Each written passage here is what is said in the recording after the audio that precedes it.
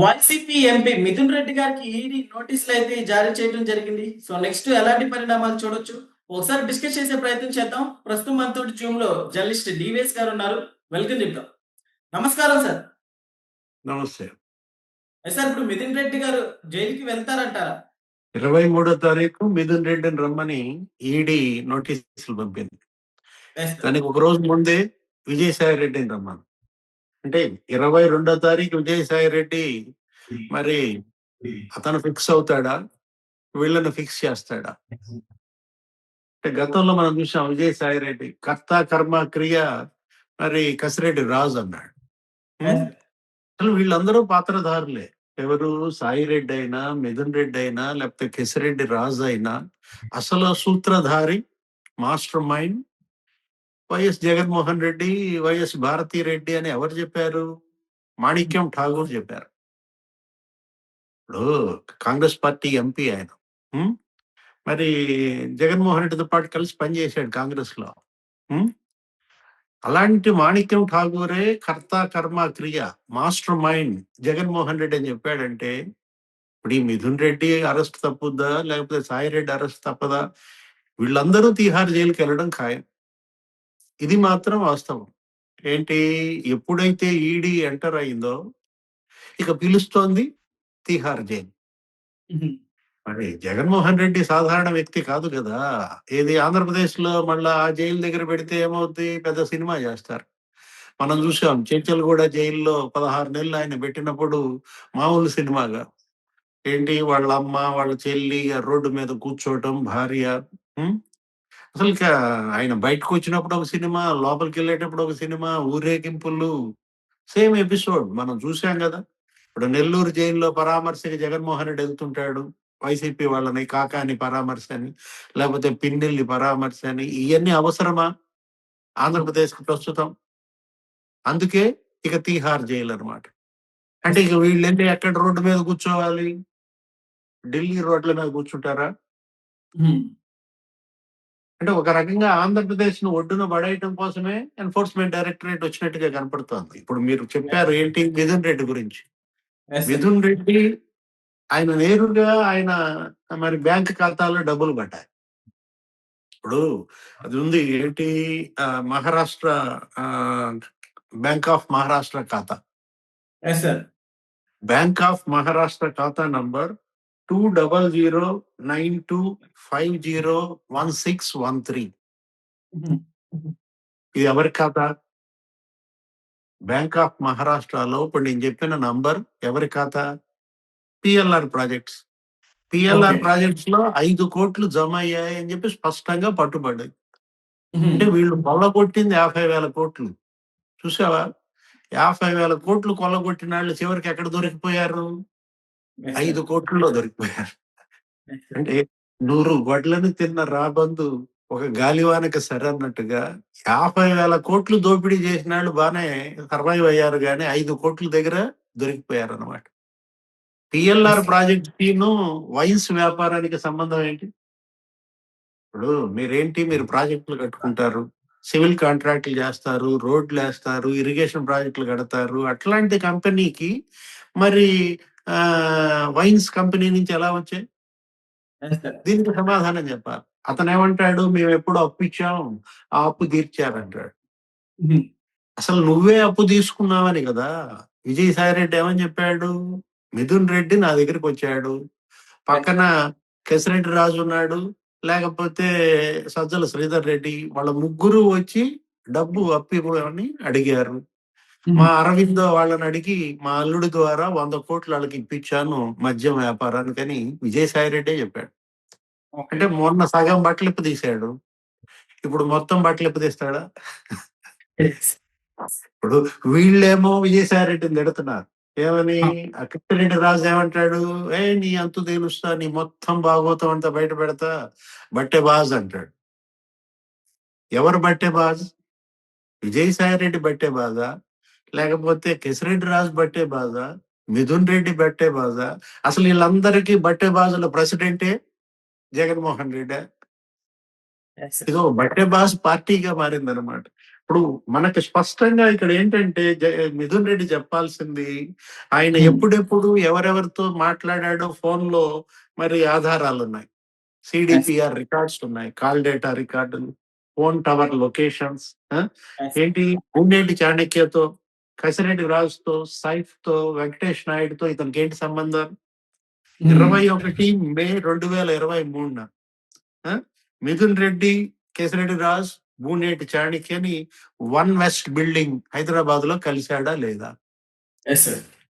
10 June 2023 Pranay Prakash, Mithun Reddy వీళ్ళిద్దరూ తాడేపల్లి ఆ den లో కలుసుకున్నారా లేదా విజయవాడ? 18 జూన్ 2023 సైఫ్, మిథున్ రెడ్డి, వెంకటేష్ నాయుడు వీళ్ళిద్దరూ ఆ హైదరాబాద్ అపోలో లైఫ్ సైన్స్ పక్కన కలుసుకున్నారండి డెన్ లో. స్పష్టంగా డేట్ల వారీగా ఇస్తోంది. ఇదంతా సిట్ ఈడీకి ఇచ్చిన సమాచారం నేను మీకు చెప్తోంది. 27 జూలై 2023 మిథున్ రెడ్డి వెంకటేష్ నాయుడిని కలిశాడా లేదా? జూబ్లీ హిల్స్ లో కలిసినట్టుగా ఉంది. అక్టోబర్ 1 మిథున్ రెడ్డి వెంకటేష్ నాయుడిని కలిశాడా లేదా? పెద్దమ్మ గుడి దగ్గర ఉన్న డెన్ లో కలిసినట్టుగా ఇక్కడ టవర్ లొకేషన్స్, ఏది కాల్ డేటా రికార్డ్స్ స్పష్టంగా ఉందన్నమాట. ఎవరెవరితో ఎన్నిసార్లు ఇతను ఫోన్ లో మాట్లాడాడో కూడా ఉన్నది. బొమ్మదేవర వెంకట సుబ్బారావు ఎవరు? బొమ్మదేవర సుబ్బారావుకి నీకు ఏంటి సంబంధం? నువ్వేంటి? నువ్వు ఒక ఎంపీవి, రాజంపేట, రాయలసీమ. నీకు బీవీఎస్ డిస్టిలరీస్ సిఎండికి ఏంటి సంబంధం? 4 సార్లు అతనికి ఫోన్ చేశాడంట. ఏమని? పాపం అతను బతిలాడుకున్నాడు, ఎంఎన్సి బ్రాండ్స్ కి అనుమతి ఇవ్వండి, ఆర్డర్ ఫర్ సేల్ ఓఎఫ్ఎస్ కోసం అడిగితే ససేమిరా అన్నాడు. 4 సార్లు ఫోన్లు నీకు బొమ్మదేవ వెంకట సుబ్బారావు చేశాడా లేదా? ఇప్పుడు అతనే సాక్షి నంబర్ 71 అన్నమాట. రజత్ భార్గవ్ తో నీకేంటి సంబంధం? రజత్ భార్గవ్ ఎవరు?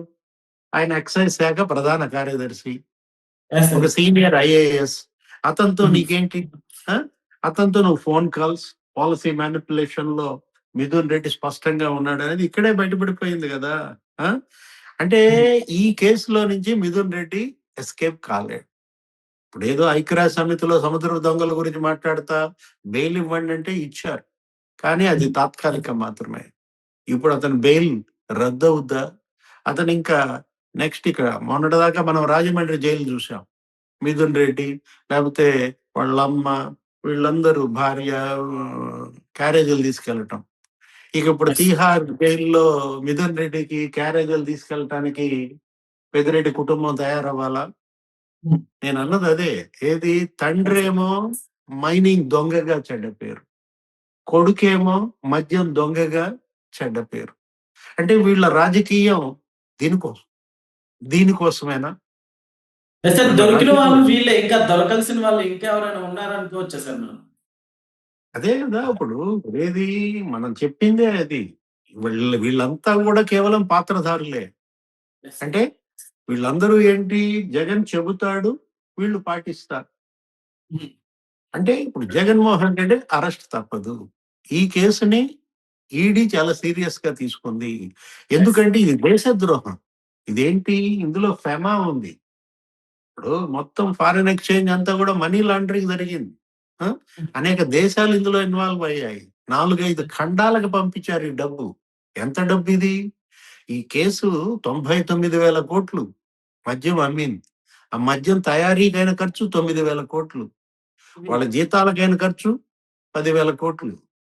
మొత్తం ఖజానాకు వచ్చింది 25,000 కోట్లు. అంటే చేతులు మారింది ఎంత? 50,000 కోట్లు వీళ్ళు విదేశాలకు మరి మనీ లాండరింగ్ చేశారని. కృష్ణదేవరాయలు ఏమన్నాడు? 4,000 కోట్లు మనీ లాండరింగ్ ఆధారాలు ఉన్నాయి నా దగ్గర అన్నాడు. సునీల్ రెడ్డిని గతంలో మరి పిలిపించి ఎంక్వైరీ చేసింది నర్రెడ్డి సునీల్ రెడ్డి.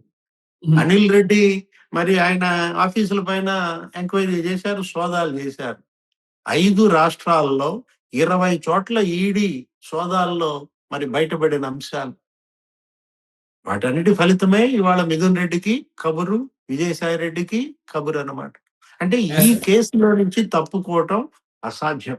వీళ్ళు ఆఖరిగా లాండరింగ్ చేశారు.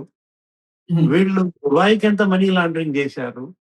అంటే అటు యునైటెడ్ అరబ్ ఎమిరేట్స్, ఇటు టాంజానియా, వెనిజులా, జాంబియా, అమెరికా, సరే యూరప్ వీళ్ళకి ఇప్పుడు ఢిల్లీ అంతా. పెద్దల ఆశీర్వాదం లభించదంటారా?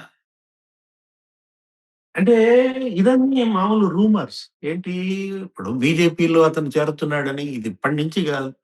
18 నెలలుగా ఈ వార్తలు మనం వింటూనే ఉన్నాం. Yes sir. Mithun Reddy BJP పెద్దలకి టచ్‌లో ఎళ్ళిపోయాడు. పెద్దిరెడ్డి అందులో చేరిపోతున్నాడు. ఆ! అంటే గతంలో జగన్మోహన్ రెడ్డి చెప్పాడన్నారు. ఆ వివేకానంద రెడ్డి హత్య కేసులో సునీత ఏమని చెప్పింది? ఇప్పుడేముంది? మనం గనక కేసు పెడితే అవినాష్ రెడ్డి బీజేపీలో చేరిపోతాడన్నాడు. అంటే వీళ్ళందరినీ చేర్చుకోవటానికి బీజేపీ ఏమన్నా నేరగాళ్ళ పునరావాస శిబిరమా? ఇప్పుడు క్రిమినల్స్ అందరికీ పునరావాసం కల్పించే కేంద్రమా బీజేపీ?